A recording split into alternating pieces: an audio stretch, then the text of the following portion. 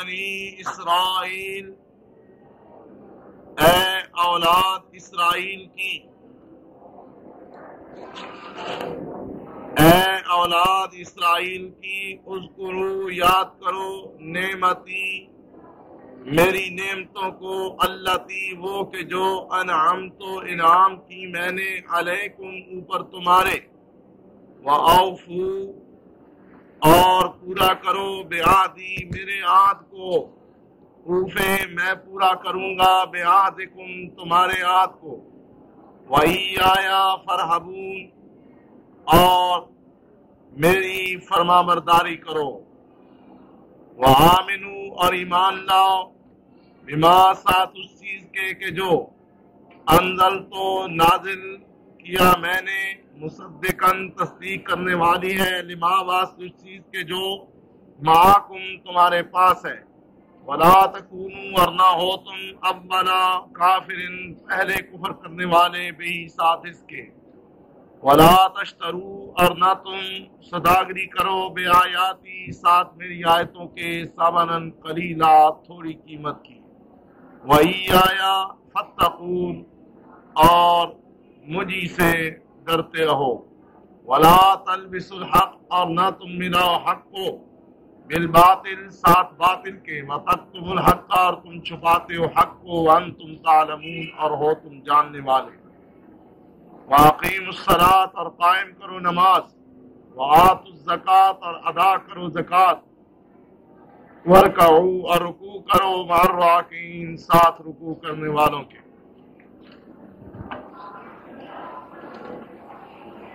یا بنی اسرائیل اے اولاد اسرائیل کی،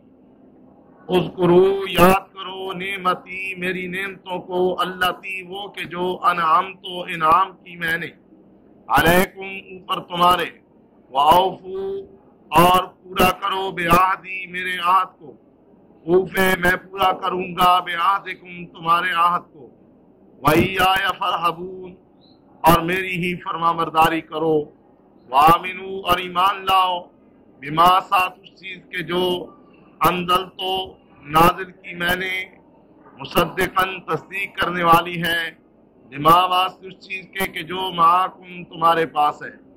ولا تکونوا اور نہ ہو تم اولا پہلے کافرن کفر کرنے والے، بھی ساتھ اس کے، ولا اور نہ تشترو تم سوداگری کرو، بیااتی ساتھ میری آیتوں کے، ساماناً قلیلا قیمت تھوڑی کی، وَإِيَّايَ فَاتَّقُونِ اور مجھی سے پس کرتے رہو، ولا تلبسوا الحق ولا اور نہ تلبسوا ملاؤ الحق کا حق کو، بالباطل ساتھ باطل کے، وتکتموا الحق اور تم چھپاتے ہو حق کو، وانتم تعلمون اور ہو تم جانتے، وَأَقِیمُوا الصَّلَاةَ اور قائم کرو نماز، وَآتُوا الزَّکَاةَ اور ادا کرو زکوٰۃ، وَارْکَعُوا اور رکوع کرو، مع الراکعین ساتھ رکوع کرنے والوں کے،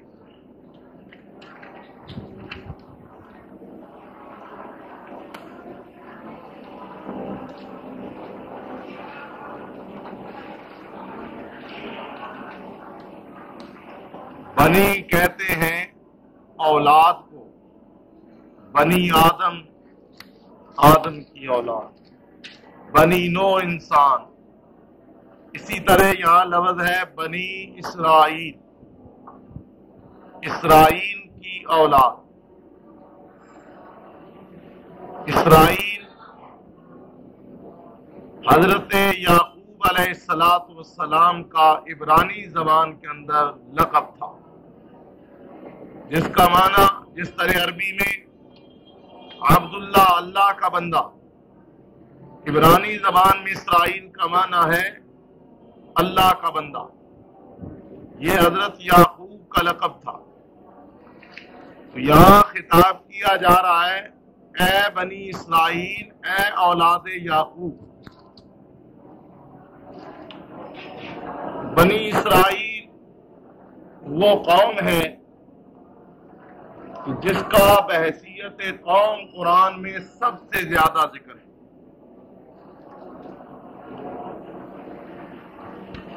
حضرت ابراہیم علیہ السلام کے دو مشہور نبی بیٹے تھے، ایک حضرت اسماعیل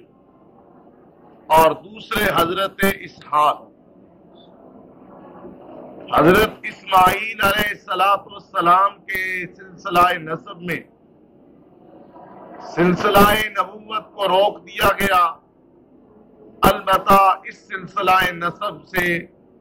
اللہ تعالی نے نبی آخر الزمان محمد رسول اللہ کو پیدا فرمایا۔ آپ کا تعلق بنو اسماعیل سے ہے، اولاد اسماعیل سے، جبکہ دوسرے بیٹے حضرت اسحاق تھے، ان کا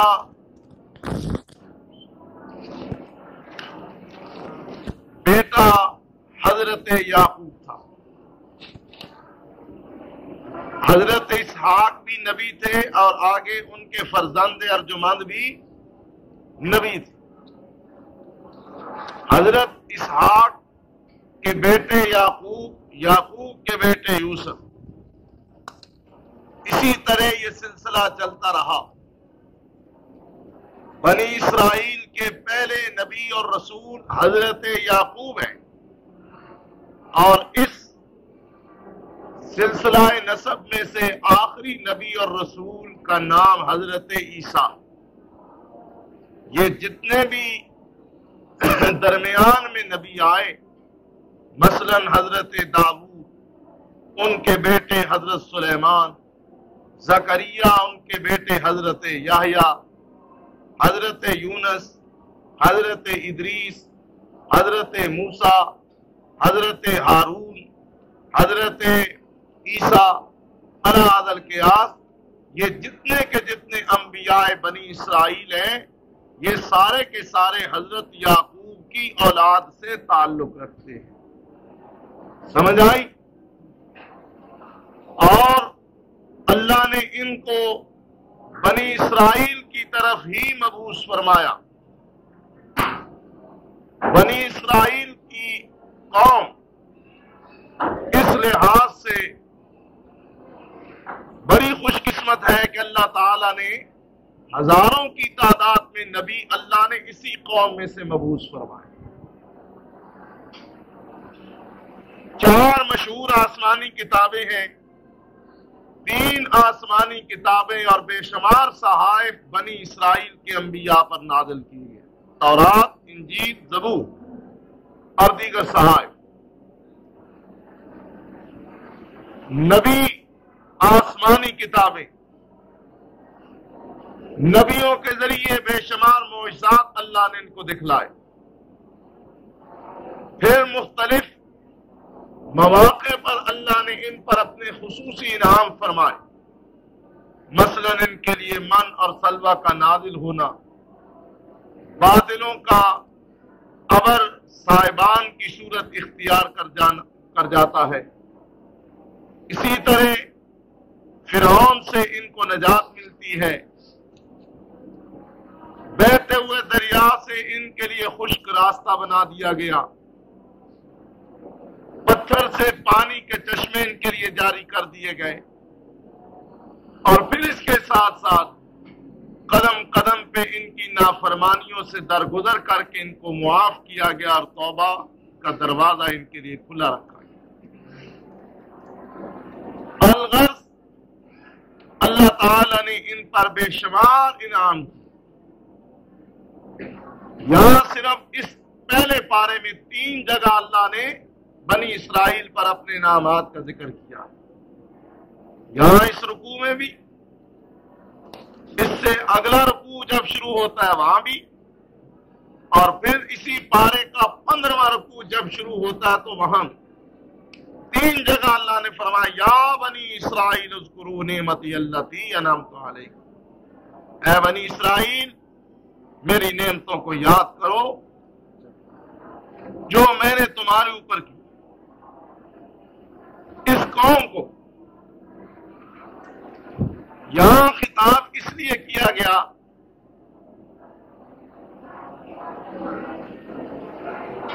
کہ عرب کے اندر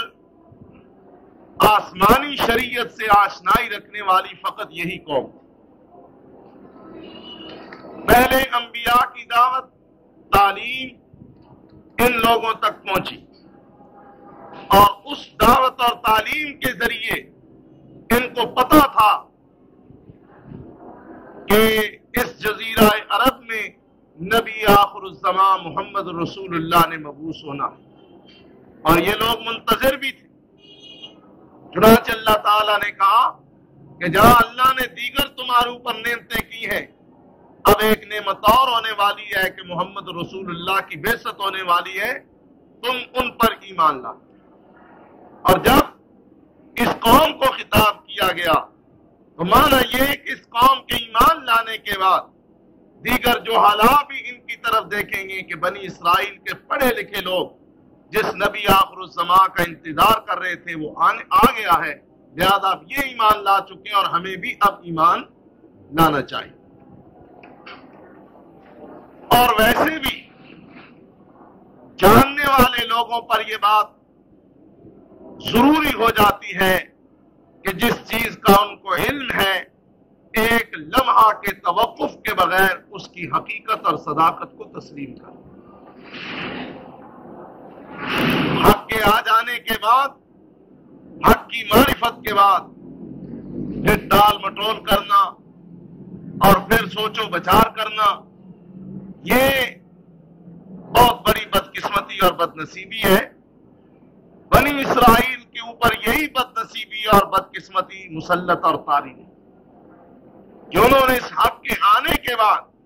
اس کو قبول کرنے کے اندر تعامل کیا، تاخیر۔ چنانچہ اسی مناسبت سے آپ نے غور نہیں فرمایا تو غور کریں،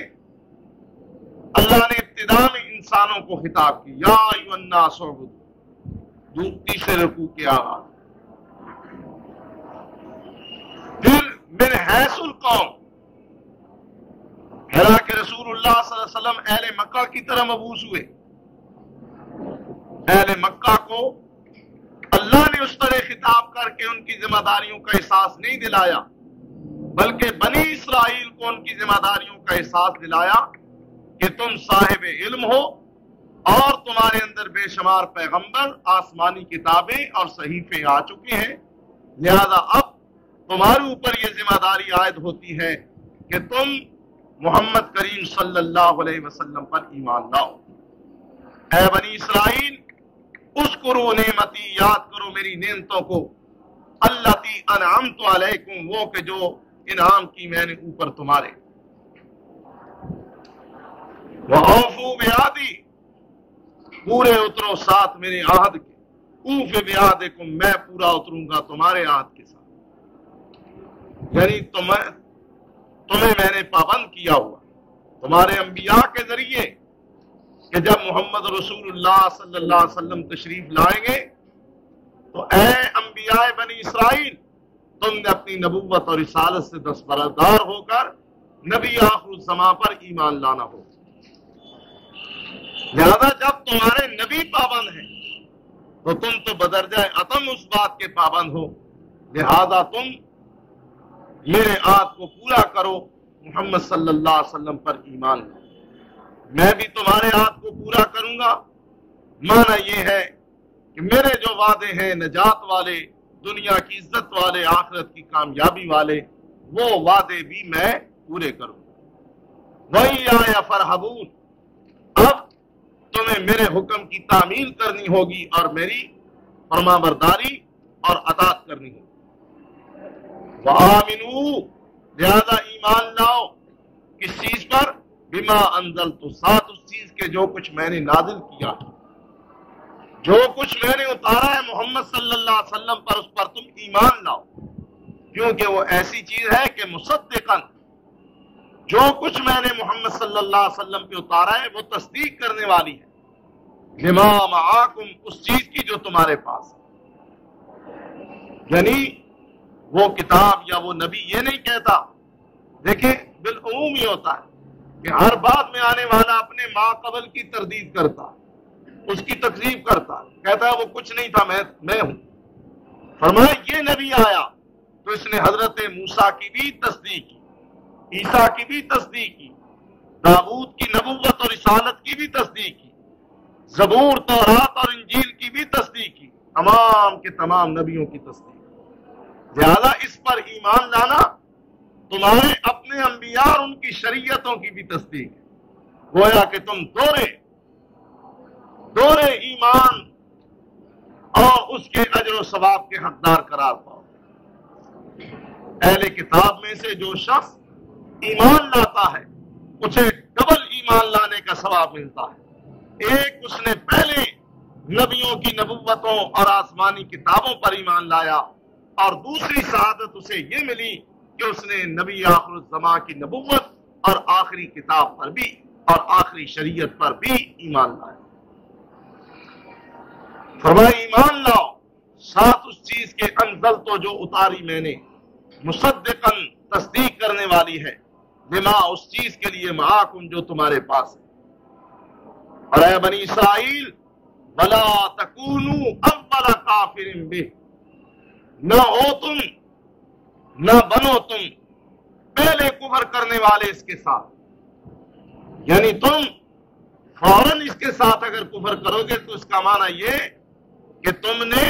کفر کے اندر سبقت حاصل کی، پہل کی۔ یہ بات کسی صورت میں تمہیں زیبا اور تمہارے لیے لائق نہیں ہے کہ تم اس نبی برحق اور اس کی شریعت برحق کے ساتھ کفر کرنے کے اندر اولیت حاصل کرو، لہذا کفر کے بجائے تم ایمان لاؤ۔ وَلَا تَشْتَرُوا بِآيَاتِي ثَمَنًا قَلِيلًا، اور اے بنی اسرائیل تم میری آیتوں کے ساتھ سوداگری نہ کرو، اور سوداگری بھی بڑی حقیر سی قیمت۔ آگے اسی پارے کے 8ویں 9ویں رکوع میں انشاءاللہ ہم پڑھیں گے۔ بنی اسرائیل کے بارے میں یہ تھا کہ ان کے پڑھے لکھے لوگ، علماء، اصحاب علم، وہ یہ کرتے تھے کہ لوگوں کی خوشنودی کے لیے اللہ کے احکامات کو تبدیل کر دیا کرتے، غریبوں کے لیے اور پیمانہ اور ذی حیثیت لوگوں کے لیے اور پیمانہ، مختلف لوگوں کے لیے مختلف پیمانے تھے۔ ہوتے ہیں نا، آج بھی ہے،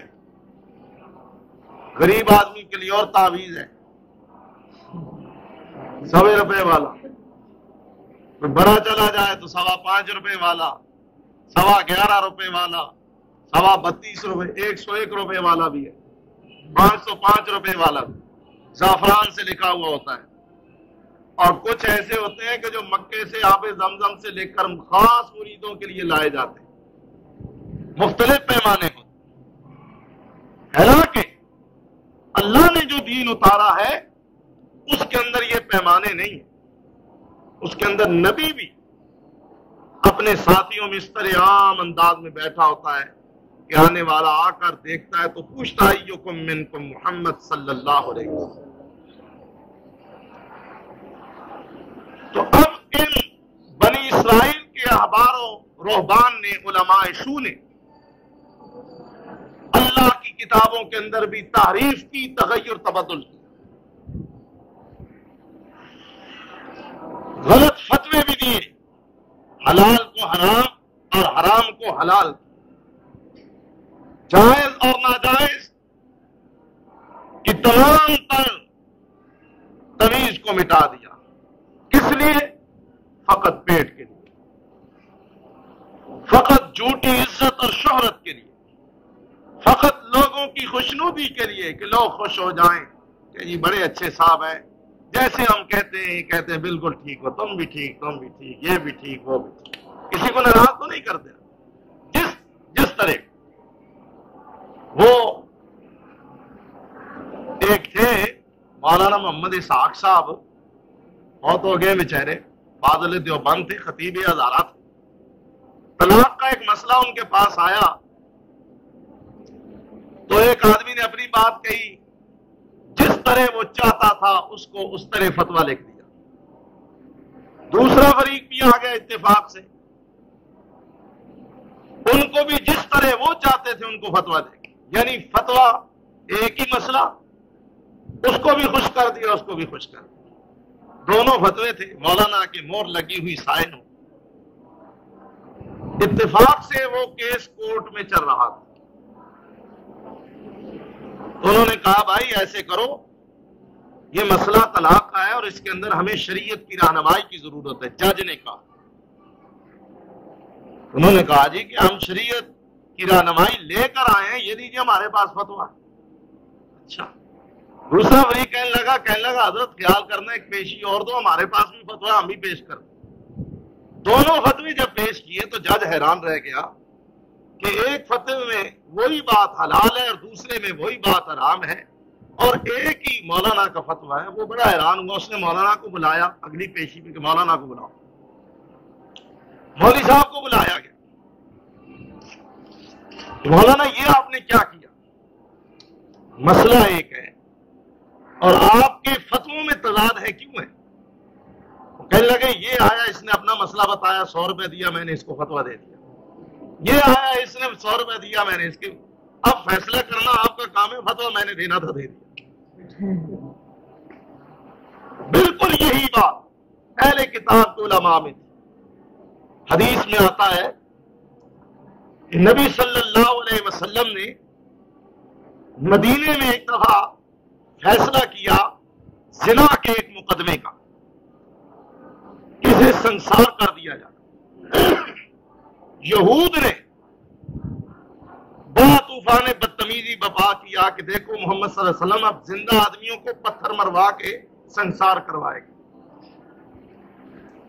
جس طرح آج کل بھی بعض لوگ کہتے ہیں کہ جی چور کے ہاتھ کاٹے جاتے ہیں، درے لگائے جاتے ہیں، یہ تو بڑی سنگ دلی ہے، شقاوت ہے، یہ ہے وہ ہے۔ کوئی پوچھے سنگ دلی اور شقاوت، ایک آدمی کسی کی بہو بیٹی کی عزت لوٹتا ہے، کیا خیال ہے اس ناپاک وجود کو زندہ رہنے کا کوئی حق ہے؟ ایک آدمی کسی دوسرے کی خون پسینے کی کمائی کو رات ڈاکہ لگا کے چوری کر کے چرا کے لے جاتا ہے، کیا اس ہاتھ کو باقی رہنے کا حق دیا جا سکتا؟ یہ تو اللہ سے لڑائی والی بات ہے بھائی۔ انہوں نے بھی کہا کہ محمد صلی اللہ علیہ وسلم زانی کو سنسار کرنے کا حکم دے کر گویا زندہ آدمیوں کو پتھر مروا، اتنا پروپیگنڈا کیا کہ حضرت صلی اللہ علیہ وسلم نے بھی اس پروپیگنڈے کو محسوس کیا، احساس کیا۔ آپ نے اپنے چیدہ چیدہ صحابہ کرام کی محفل میں ذکر کیا کہ اس طرح یہودی بڑی بدتمیزی کرتے ہیں۔ اتفاق سے حضرت عبداللہ بن سلام بھی مسلمان ہو چکے تھے، لیکن ابھی تک انہوں نے اپنے آپ کو نمایاں نہیں کیا۔ یہ اہل کتاب کے بہت جید عالم تھے، تورات کے حافظ تھے۔ انہوں نے عرض کی یا رسول اللہ، تورات کے اندر بھی مسئلہ موجود ہے کہ زانی کو سنسار کیا جائے، انہوں نے تحریف کر دی۔ تورات کا نسخہ ان کو کہ لائیں۔ حضرت عبداللہ بن سلام ایک طرف ہو گئے، حضرت نے ان کو بلوایا اور کہا کہ تورات لے آؤ۔ جس جگہ نشاندہی کی ہوئی تھی اس جگہ کو کھولا گیا۔ اب جو یہودیوں کے معتبر لوگ تھے، بات کرنے والے، انہوں نے تورات کے اس مقام پر ہاتھ رکھ لیا، انگلیوں کے نیچے ان الفاظ کو چھپا لیا، چونکہ عبرانی زبان میں تھا۔ نبی صلی اللہ علیہ وسلم نے فرمایا کہ تورات میں، کہنے لگے حضرت کہاں ہے، دکھائیں۔ جہاں تھا وہاں انگلی رکھی ہوئی تھی۔ عبداللہ بن سلام سامنے آئے اور کہا حضرت ان کو کہیں آگے سے بھی پڑھتے پیچھے سے بھی پڑھتے ہیں، درمیان میں انہوں نے انگلی رکھی، ان کو کہیں ذرا انگلیاں تو اٹھائیں۔ ہاتھ اٹھایا تو نیچے وہ الفاظ تھے کہ جن کے اندر رجم کا ذکر۔ تو اس طرح یہود کی یہ عادت تھی کہ انہوں نے ماس، اور یہ ایک بہت بڑا جرم ہے۔ نبی صلی اللہ علیہ وسلم فرماتے ہیں جو شخص لوگوں کو خوش کرنے کے لیے یا پیسہ کمانے کے لیے اللہ کے دین میں رد و بدل کرتا ہے، قیامت کے دن اس عالم دین، اس مولوی اور اس مبلغ کے منہ میں اللہ تعالیٰ آگ کی لگام ڈال کر اس کو جہنم میں داخل کرے۔ دنیا کے اندر تیرے منہ کے اندر پیسہ لگا ہوا تھا، دنیا کے اندر تو نے لوگوں کو خوش کرنے کے لیے اپنی زبان کو حق بات کہنے سے گم کیا ہوا تھا، آج اس کے منہ میں جس طرح گھوڑے اور گدھے کے منہ میں لگام ڈالی جاتی ہے، اس مولوی کے منہ میں، اس مبلغ کے منہ میں، اس عالم دین اور اس خطیب اور اس واعظ کے منہ میں وہ جہنم کی آگ کی لگام ڈال کر اس کو جہنم کی طرف بھیجا جائے گا۔ نبی علیہ السلام نے اپنی زبان سے فرمایا کہ کہا جائے گا الجم یوم القیامت بلجام من النار، اسے قیامت کے دن آگ کی لگام ڈالی جائے۔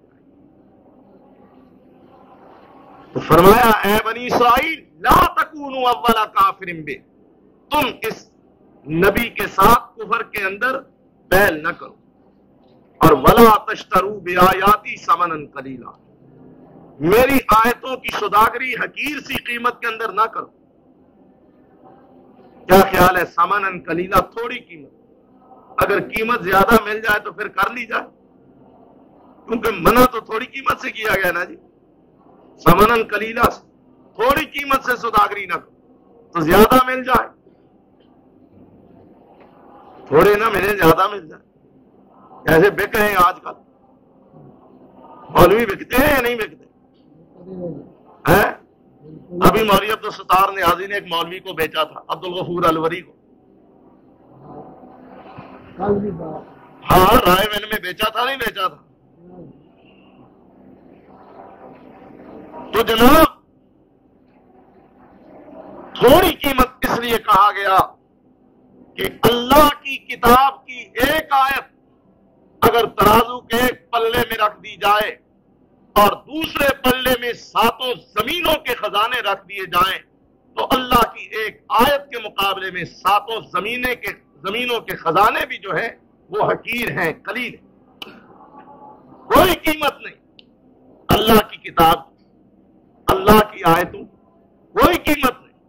جتنا بڑے سے بڑا آپ خزانہ لے آئے حقیر ہے، قلیل ہے، تھوڑا۔ اس لیے اللہ نے فرمایا کہ تم اپنی عادتوں کو چھوڑو اور یہ جو تم نے میرے دین کی تجارت شروع کی ہوئی ہے اس سے بعد آ جاؤ اور محمد صلی اللہ علیہ وسلم پر ایمان لے آؤ۔ وَإِيَّايَ فَاتَّقُونِ، مجھ سے ڈر جاؤ،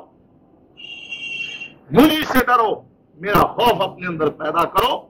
اور یہ جو گندی عادتیں تم نے اپنے اندر پیدا کی ان کو چھوڑو۔ وَلَا تَلْبِسُوا الْحَقَّ بِالْبَاطِلِ، نہ ملاؤ حق کو ساتھ باطل،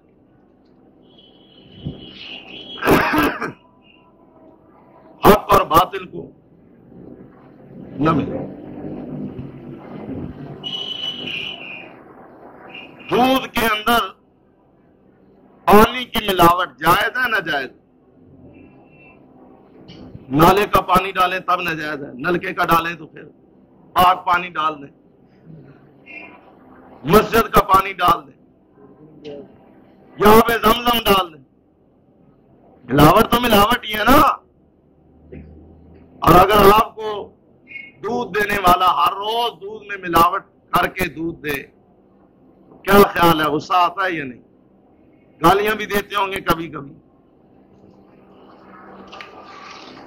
اور یہ بھی خیال آتا ہوگا کہ کسی اور سے دودھ لگوا لیں، اس کو جواب دے دیں۔ تو جو مولوی سارے کا سارا دین آپ کو آمیزش بدعت کی کر کے دے، شرک کی کر کے دے، اس کے ساتھ دل لگی برقرار رہے، وہاں میری قوم، اور قوم تو اس کو حلوہ کھلاتی ہے کہ مولوی ہماری بڑی خدمت کر رہا ہے، لہذا اسے حلوہ کھلانا چاہیے۔ حق اور باطل کی کبھی آمیزش نہیں ہو سکتی، کبھی ملاوٹ نہیں ہو، حق حق رہے گا، باطل باطل رہے گا۔ تھوڑی سی بھی کسی چیز کے اندر اس کی غیر جنس کی ملاوٹ کر دی جائے تو وہ ملاوٹ شدہ چیز متصور۔ یہودیوں نے یہ بھی کیا کہ حق اور باطل کو اس طرح مٹا دیا کہ حق باطل نظر آنے لگا اور باطل حق نظر آنے لگا، جس طرح آج کرے۔ بالکل جو گستاخ رسول ہیں وہ عاشق رسول نظر آتے ہیں، جو عاشق رسول ہیں وہ بالکل خرد کا نام جنو اور جنو کا نام خرد رکھ دی۔ اہل کتاب کا یہی طرز عمل تھا کہ حق اور باطل، اللہ نے فرمایا اب حق اور باطل کو ملانا چھوڑ دو، اب حق ظاہر ہو چکا ہے، اس حق کے ساتھ اب باطل نہیں چل سکے گا۔ وَتَكْتُمُ الْحَقَّ، اور تم حق کو چھپاتے ہو، وَأَنْتُمْ تَعْلَمُونَ، حالانکہ تمہیں علم ہے، تم جانتے ہو کہ حق کیا ہے۔ لوگ کہتے ہیں نا جی فلاں اتنا بڑا مولوی ہے، کیا اسے پتا نہیں، آپ کو ہی پتا ہے؟ کہتے نہیں کہتے؟ فلاں اتنے بڑے عالم، اتنے بڑے بزرگ، اتنی بڑی عمر، اتنے بڑے ہوئے۔ قرآن سے پتا چلتا ہے کہ حق کو جاننے کے بعد چھپایا بھی جا سکتا۔ اہل کتاب کا وَتَكْتُمُ الْحَقَّ، تم حق کو چھپاتے ہو، وَأَنْتُمْ تَعْلَمُونَ، اور تم جانتے ہو، جاننے کے باوجود حق کو چھپاتے ہو۔ خبردار، حق اور باطل کو آپس میں نہ ملاؤ، حق کو باطل سے دور رکھو، اور حق کو اس طرح محفوظ رکھو کہ باطل کی اس میں آمیزش نہ ہونے۔ لہذا اب تم ایمان لے آؤ، وَأَقِیمُوا الصَّلَاةَ، نماز قائم کرو۔ اہل کتاب نماز پڑھتے تھے، لیکن ان کی نماز میں نماز با جماعت کا کوئی تصور نہ تھا، اپنی اپنی، نمبر ایک۔ دوسرا، ان کی نماز میں رکوع نہیں تھا۔ تیسری، ان کے اندر دولت سے بڑی محبت کرتے تھے۔ سود خواری یہودیوں کی بڑی مشہور ہے۔ آج مسلمان بھی بعض اس مسند پہ بیٹھے ہوئے، خیر سے، یہودیوں کی سود خواری مشہور ہے، اور آج بھی مشہور ہے۔ اب جو آدمی خود سود خوار ہو، لوگوں کا خون چوسنے والا، وہ بھلا اللہ کے راستے میں صدقہ خیرات کرتا ہے؟ کبھی بھی نہیں سوال۔ فرمایا اب تم حق کو قبول کر لو، اقیم الصلاۃ، نماز قائم کرو، یعنی ایمان لے آؤ اور با جماعت نماز محمد صلی اللہ علیہ وسلم کے ساتھ ادا کرو۔ آتوا الزکوٰۃ، زکوٰۃ بھی، وارکعوا مع الراکعین، چونکہ ان کی نماز کے اندر رکوع ہے، تمہاری نماز میں رکوع نہیں، لہذا ان کے ساتھ نماز پڑھو، اور یہ رکوع کرے تم بھی ان کے ساتھ رکوع کرو، یعنی نماز با جماعت ادا کرو، اور رکوع بھی ان کے ساتھ مل کر کے کرو۔ تو یہ ہے جناب، اب مسلسل بنی اسرائیل کا ہی ذکر ہے، کہیں ان کے کارناموں کا اور کرتوتوں کا ذکر، کہیں ان پر اللہ کی نعمتوں کا ذکر، کہیں ان پر اللہ کے غضب کا ذکر، کہیں ان پر اللہ کی آزمائشوں کا ذکر۔ یہ پورا پارا، بلکہ اس پارے سے بھی اگلے پارے کے اندر بھی مسلسل ان کا ذکر ہے۔ تو یہ ابتدائی ان کا تذکرہ، جس میں اللہ تعالیٰ نے اپنی نعمتوں کو یاد دلا کر کہا، اے بنی اسرائیل، تمہارا میرے ساتھ کوئی عہد و پیمان ہے، اور اس کے بدلے میں میرا تم سے جنت کا وعدہ ہے، لہذا اب تمہاری اولین ذمہ داری یہ ہے کہ تم اس دعوت حق پر سب سے پہل سبقت کرتے ہوئے ایمان لاؤ، کہ جو دعوت حق محمد صلی اللہ علیہ وسلم لے کر آئے، اور جس نے تمہارے دین، تمہاری شریعت، تمہاری کتابوں، تمہارے نبیوں کی بھی تصدیق اور توثیق۔ اور اب تم اللہ کی آیتوں کی خرید و فروخت کا دھندا بند کر دو، مجھ سے ڈرو اور ایمان لے آؤ، حق اور باطل کی آمیزش چھوڑ دو، جانتے بوجھتے ہوئے حق کو چھپانا یہ تمہارے لیے لائق اور زیبا نہیں ہے، لہذا تم ایمان لے آؤ، نماز قائم کرو، اور مال سے زیادہ پیار کرنے کے بجائے کہ سود کھاتے ہو، بلکہ تمہیں الٹا زکوٰۃ دینی چاہیے، اپنے مال کو پاک کرنا چاہیے، اور رکوع کرنے والوں کے ساتھ مل کر رکوع کرو، یعنی ان کے ساتھ مل کے با جماعت نماز ادا کرو۔ تو یہ ابتدائی طور پہ بنی اسرائیل کے لیے دعوت ایمان ہے، اور ان کے لیے تنبیہ ہے۔ لہذا یا بنی اسرائیل، اے اولاد یعقوب، اے بنی اسرائیل، اے اولاد یعقوب، اے اولاد اسرائیل، اے اولاد یعقوب، اذکروا، یاد کرو، نعمتی، میری نعمتوں کو، اللتی، وہ کہ جو، انعمت، انعام کی میں نے، علیکم، اوپر تمہارے، وَأَوْفُوا، اور پورا کرو، بعہدی، میرے عہد کو، اوفے، میں پورا کروں گا، بعہدکم، تمہارے عہد کو، وَإِيَّايَ فَارْهَبُونِ، اور میرا کہا مانو، میری فرما برداری کرو، وَآمِنُوا، اور ایمان لاؤ، بما، ساتھ اس چیز کے کہ جو، انزل تو اتاری میں نے، مصدقن تصدیق کرنے والی ہے، لما واسطے اس چیز کے کہ جو معاکم تمہارے پاس ہے، ولا تکونوا اور نہ ہو تم اول کافر پہلے کفر کرنے والے، بہی ساتھ اس کے، ولا تشترو اور نہ تم سوداگری کرو، بے آیاتی ساتھ میری آیتوں کے، سامنن قلیلا تھوڑی قیمت کے ساتھ، وَإِيَّايَ فَاتَّقُونَ اور مجھی سے ڈرو، ولا تلبسوا الحق اور نہ تم ملاؤ حق کو بالباطل ساتھ باطل کے، وتکتم الحق اور تم چھپاتے ہو حق کو، وانتم تعلمون اور ہو تم جانتے، واقیموا الصلاۃ اور قائم کرو نماز، وآتوا الزکوٰۃ اور دو زکوٰۃ ادا کرو زکوٰۃ، ورکعوا اور رکوع کرو مع الراکعین ساتھ رکوع کرنے والوں کے، یا بنی اسرائیل اے اولاد یعقوب، اے بنی اسرائیل، اذکروا یاد کرو نعمتی میری نعمتوں کو، اللتی وہ کہ جو انعمت انعام کی میں نے علیکم اوپر تمہارے، واوفو اور پورا کرو بعہدی میرے عہد کو، اوفے میں پورا کروں گا بعہدکم تمہارے عہد کو، وإیایا فرحبون اور میری فرما برداری کرو میرا کہا مانو، وآمنوا اور ایمان لاؤ بما ساتھ اس چیز کے کہ جو انزل تو نازل کی میں نے، مصدقن تصدیق کرنے والی ہے، لما واسطے اس چیز کے کہ جو معاکم تمہارے پاس ہے، ولا تکونوا اور نہ ہو تم اول کافر پہلے کفر کرنے والے، بھی ساتھ اس کے، ولا تشترو اور نہ تم سوداگری کرو، نہ تم خرید و فروخت کرو، بے آیاتی ساتھ میری آیتوں کے، ثمنن قلیلا تھوڑی قیمت کے ساتھ، وإیایا فاتقون اور مجھی سے ڈرو، ولا تلبسوا الحق اور نہ تم ملاؤ حق کو بالباطل ساتھ باطل کے، وتکتموا الحق اور تم چھپاتے ہو حق کو، وانتم تعلمون اور ہو تم جانتے، واقیموا الصلاۃ اور قائم کرو نماز، وآتوا الزکوٰۃ اور ادا کرو زکوٰۃ، ورکعوا اور رکوع کرو مع الراکعین ساتھ رکوع کرنے والوں